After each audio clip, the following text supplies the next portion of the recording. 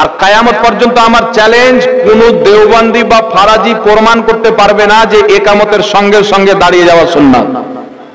সাহাবী রাসূল কয়েকবার ইকামতের পূর্বে দাঁড়িয়ে গেলেন।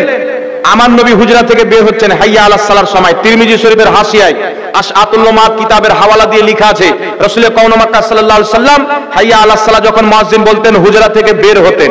নবী পাক যখন বের হতেন সাহাবী নবী পাককে দেখে দাঁড়াতেন। কিছুদিন সাহাবী কি করলেন, একদিন থেকে দুই দিন এমনি আগি দাঁড়িয়ে গেলেন। নবী পাক যখন একবার থেকে দুইবার দেখলেন, নবী পাক বললেন লা তাকুমু হাত্তা তারানি, দাঁড়ায় না অতক্ষণ পর্যন্ত যতক্ষণ পর্যন্ত না আমাকে বের হতে দেখবে। জোরে বলুন সুবহানাল্লাহ।